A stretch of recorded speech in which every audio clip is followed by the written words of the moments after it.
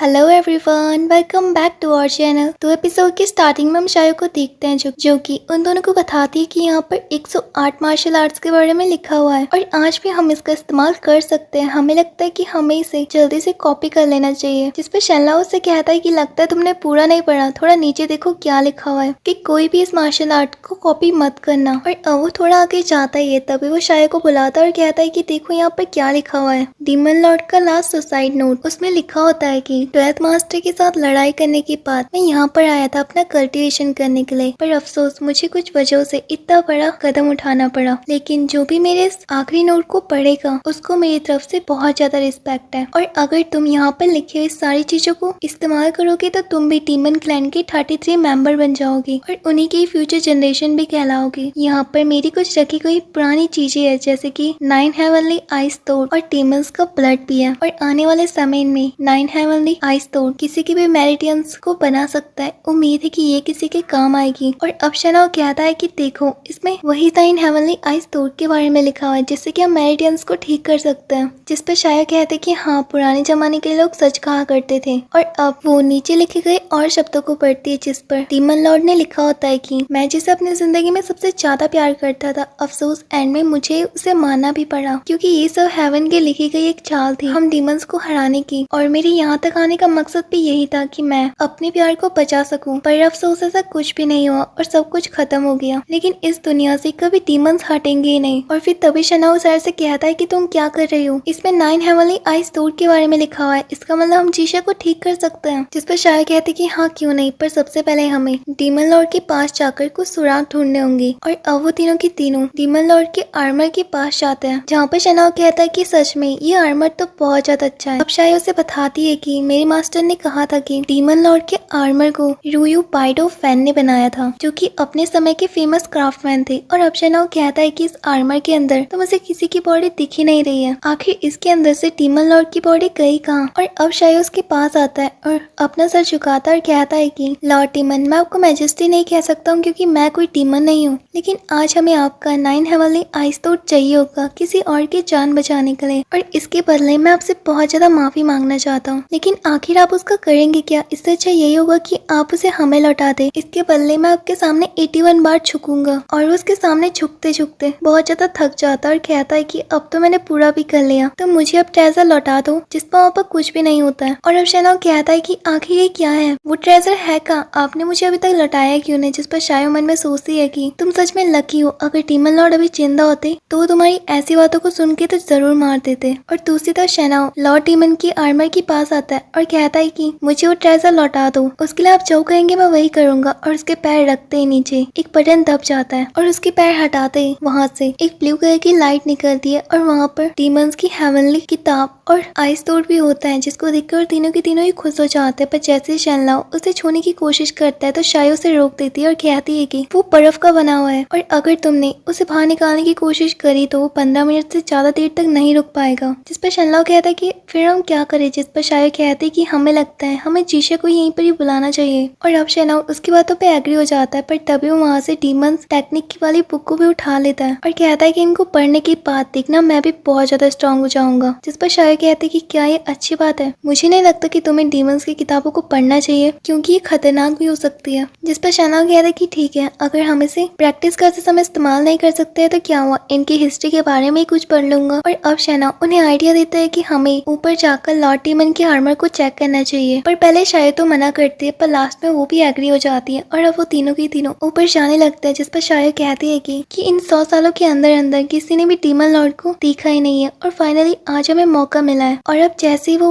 ऊपर आते तो वहाँ पर उसे आर्मर के पीछे किसी की डेड बॉडी दिखती है, वो 15 साल की थी और उसको देखकर वो तीनों के तीनों ही शॉक हो जाते हैं। और अब शायद सोचती है कि डीमन लॉर्ड सिर्फ और सिर्फ 15 साल के अंदर ही अंदर डीमंस का पूरा इतिहास ही रच दिया। आखिर ऐसा कैसे हो सकता है? इसके बारे में तो मैंने कभी भी अपने मास्टर से नहीं सुना और ना ही किसी दूसरे आदमी ने हमें इसके बारे में बताया कभी पहले। और यही शेनलाओ भी कहता है कि डीमन लॉर्ड ने सिर्फ और सिर्फ अपने 15 साल की उम्र में इतने ज्यादा फेमस हो चुके थे और मुझे देखो, मैं तो किसी भी चीज के काम नहीं हूँ क्योंकि मेरे अंदर कोई स्किल्स है ही नहीं। लेकिन देख लेना, एक दिन मैं अपनी जिंदगी में सक्सेस जरूर पाऊंगा। और अब दूसरी तरफ किटी सोच रही होती है कि इस दीवार में काफी अच्छे वाले कुंफूस लिखे हुए हैं, पर मैं इनमें से सिर्फ उसे कुछ ही को याद कर सकती हूँ और बाद में घर जाकर इनकी प्रैक्टिस कर सकती हूँ। और अब वो उन दोनों से कहती है कि चलो बहुत ज्यादा समय हो चुका है, अभी हमें घर चलना चाहिए। जिसपे शनलाओ कहता है कि हाँ, हमें जाकर चीशा को भी ढूंढना होगा अभी। और वो तीनों की तीनों वहाँ से निकलने लग जाते हैं। जिस पर शायो किटी से पूछती है कि यहाँ से जाने का रास्ता कहाँ है। तो किटी उसे एक नदी के सामने से ले आती है और कहती है कि यहाँ पर जाते ही हम सीधा अपने घर के रास्ते में ही उतरेंगे। पर वो जैसे तीनों की तीनों उस नदी में कूदते हैं तो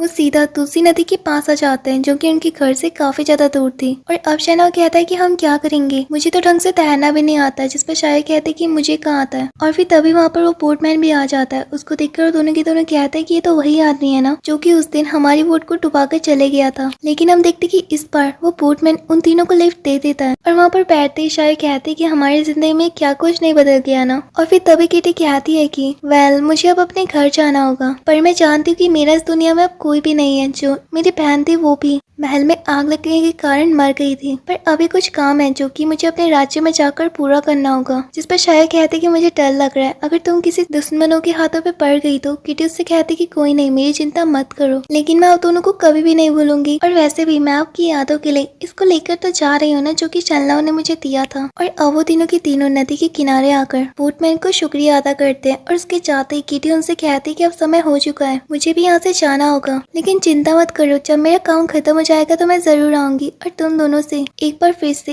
इसको पहनाने के लिए कहूंगी। तो अब मैं यहाँ से चलती हूँ। जिस पर शायो उसे बाय करती है और फिर वो शनलाओ से कहती है कि क्या तुम इसे अलविदा नहीं कहोगे। जिसके जवाब में शनलाओ कहता है कि अपना ध्यान रखना। और अब किटी वहाँ से चले जाती है और उसके जाते ही उन तीनों को बहुत ज्यादा बुरा लगता है और वो अपने साथ बिताए हुए उन सारे लम्हों को याद करते हैं। तभी शनलाओ कहता है कि किटी कब वापस आएगी। जिस पर शायो बताती है कि उसने कहा ना मैं जल्दी आ जाऊंगी, इसलिए उदास मत हो। जिस पर शनलाओ कहता है कि उदास कौन है, मुझे तो इस बात की चिंता है कि इतने दिन से उसने मेरे पैसे खाए थे, तो उन सब की पेमेंट कौन करेगा। जिस पर शायद कहते कि क्या सच में आपको पैसों की चिंता है। जिस पर शनलाओ कहते कि हाँ, नहीं तो क्या, मुझे उसकी याद थोड़ी आ रही है। जिस पर शायद कहती कि सच में, लेकिन अब वो सोचती है कि कुछ ही दिनों बाद मैं भी शनलाओ से अलग हो जाऊंगी, क्योंकि मुझे भी तो अपने महल में जाना होगा ना। और जब वो दोनों के दोनों रास्ते से गुजर ही रहे होते हैं कि तभी वहाँ पर मिडल अर्थ की आर्मी आकर उन्हें घेर लेती है, जिसको देखकर शायद खुद भी नहीं समझ पा रही होती कि आखिर उन्होंने उसे क्यों पकड़ा है। लेकिन तभी वहाँ पर यनफू एंट्री लेता है और शायद से कहता है कि आपका बहुत बहुत स्वागत है प्रिंसेस लिया। और उसको देखकर शायद कहती है कि इसका ऑरा और इसके कपड़ों को देखकर लगता है कि ये यहाँ का चीफ कमांडर है, यानी कि यनफू। और यनफू से कहता है कि मैं आपको आपकी कंट्री तक छोड़ देता हूँ। और अब वो उसे अपने साथ चलने के लिए कहता है। और इसी के साथ आज की एक्सप्लेनेशन यहीं पर खत्म हो जाती है। गाइस, वीडियो को लाइक करके चैनल को सब्सक्राइब कर देना हमारे चैनल को सपोर्ट करने के लिए।